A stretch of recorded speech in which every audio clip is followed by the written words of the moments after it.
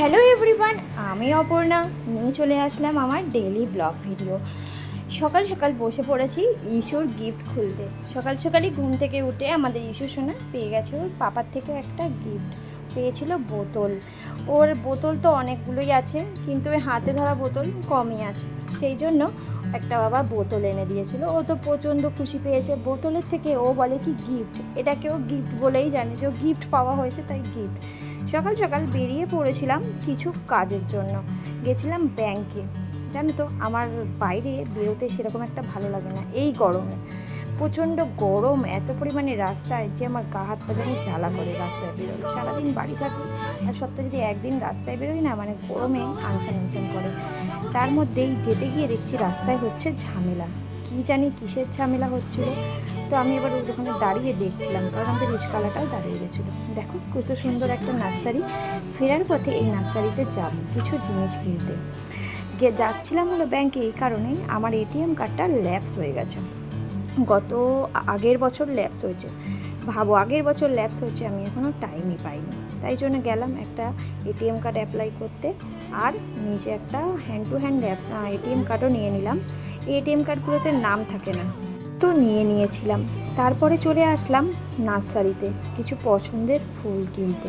আমার পছন্দের ফুলের মধ্যে অনেক ফুলই বাড়ি চলে গেছে, আর কিছু ফুল বাকি ছিল। এই যে কাগজ ফুল, আর এখানে আছে নীলকণ্ঠ আর সাদা ফুল আর টাইম ফুল। গাছগুলো কেমন লাগলো অবশ্যই বলবে। বেরিয়ে পড়েছি বাড়ির উদ্দেশ্যে। বাড়িতে গিয়ে কিন্তু হাজারটা কাজ রয়েছে, কারণ সকালে ছেলেকে খাইয়েছি, ছেলের খাবারটা রেডি করে এসেছি দুপুরে, আর আমরা একটু হালকা করে খেয়ে বেরিয়ে পড়েছি। হাজারটা কাজ বলতে বুঝতেই পারছো সংসারের কাজ কী কী রয়েছে, সব করতে হবে। চলে এসেছিলাম সেলুনে ছেলের চুলটা কাটাতে, কারণ গত 1-2 মাস ধরে চুলটা কাটানো হচ্ছিল না। এখানে গাছগুলো রেখে চলে আসলাম। আর এই যে পার্টিশানটা দেখছো দিয়ে রেখেছি, প্রচণ্ড কুকুর আছে আমাদের এখানে, সব চলে আসে দরজার সামনে, ওই জন্য পার্টিশানটা দেওয়া। ছেলেকে বাড়ি এসে স্নান টান করালাম, করিয়ে ছেলেকে একটু বসিয়ে দেবো খাবার দিয়ে।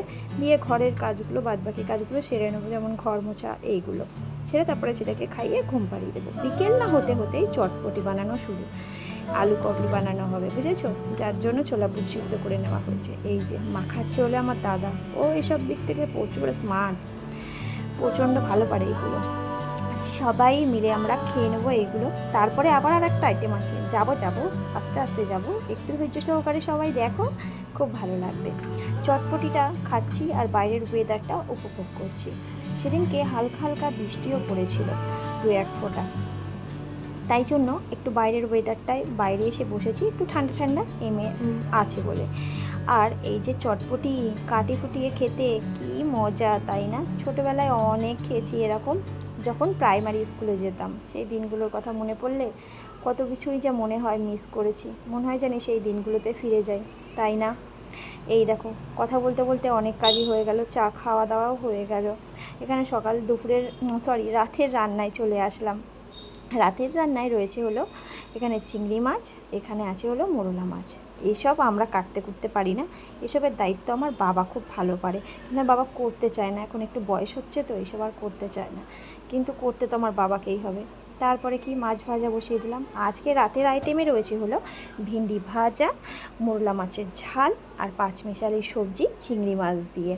এই হলো রাতের আইটেম। আর একটা জিনিস রয়েছে, সেটা হলো কাস্টার্ড। চলো দেখবে, বলবো। জানো তো আমি এখন নতুন নতুন ভিডিও বানাচ্ছি ইউটিউবে, তো ভয়েস ওভার দিতে না প্রচণ্ড অসুবিধা হচ্ছে, কারণ আমি তো নতুন বানাচ্ছি, কিভাবে ভয়েস ওভার দেবো, কী বলবো, কী দেখলে মানুষ দেখবে, এসব নিয়েই কনফিউজ আছি। জানি না কতটা কি করে উঠতে পারবো।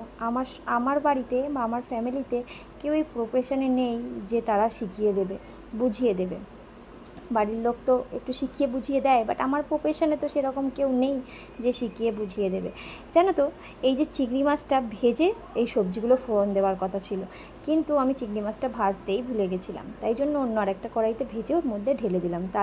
তাতে কি হয়, তাতে একদম টেস্টটা একটু অন্যরকম হয়। তারপরে যেটা বলছিলাম, তো সেরকমই আমাকে কেউ শেখানোর মতন নেই। আমি নিজে থেকেই যেটুকুনি শিখছি, নিজে থেকেই মানে চারিধারে ভিডিও দেখছি, কিভাবে কি করতে হয় দেখছি, সেইভাবেই করার চেষ্টা করছি। যদি কেউ শিখিয়ে দিত আর একটু সুবিধা হতো, কারণ অনেক কিছু এখন নতুন নতুন তো অসুবিধা হয় বুঝতে, কী করব, কী দেব, কিভাবে দেব না, এইগুলো বুঝতে বুঝতে প্রচণ্ড অসুবিধা হয়। নাও, কথা বলতে বলতে আমার পাঁচমিশালি সবজি রেডি। নামানোর সময় হালকা একটু চিনি দিলে ভালো লাগে, টেস্টটা খুব ভালো আসে।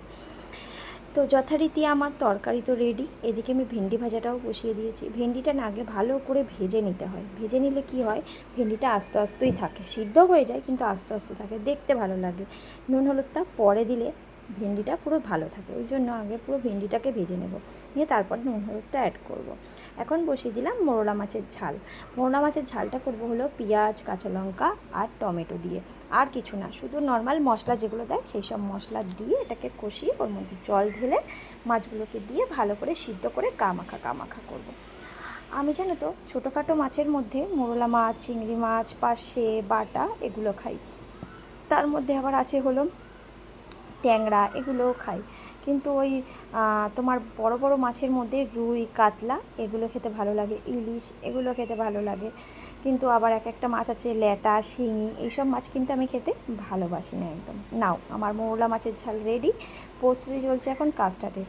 রান্নাঘরে ঢুকলে আজকাল এত লেট হয় বেরোতে, বলার মতন না। এই গরমে একদম রান্নাঘরেই ঢুকতে ইচ্ছা করে না, কিন্তু কি করব, পেট তো আর শুনবে না, তাই জন্য রান্নাঘরে তো ঢুকতেই হবে, রান্না তো করতেই হবে, তাই না? না করলে আর খাবো কি, আর কি করে থাকবো এই দুনিয়ায়? খেতে তো হবেই। যদি পেটটা না থাকতো তাহলে এই রান্নার ঝামেলা থাকতো না, গরমের হাত থেকে অন্তত বাঁচা যেত। কাস্টার্ডটা বানিয়ে নিয়ে সব কিছু ঠান্ডা হয়ে যাওয়ার পরে দুধটা ঢেলে দেবো হলো ফলের মধ্যে। আর জানো তো চিনি দিতে ভুলে গেছিলাম লাস্টে, তাই বাবা দিয়ে দিয়েছিল। ফ্রিজে ঢুকিয়ে দিলাম, রাতে খাবো। হাজব্যান্ড আসার জন্য আমার জন্য দুটো সারপ্রাইজ গিফট নিয়ে এসেছে, আমি প্রচণ্ড খুশি হয়েছি। তোমাদের ভিডিওটা কেমন লাগলো অবশ্যই জানিয়ে যেও।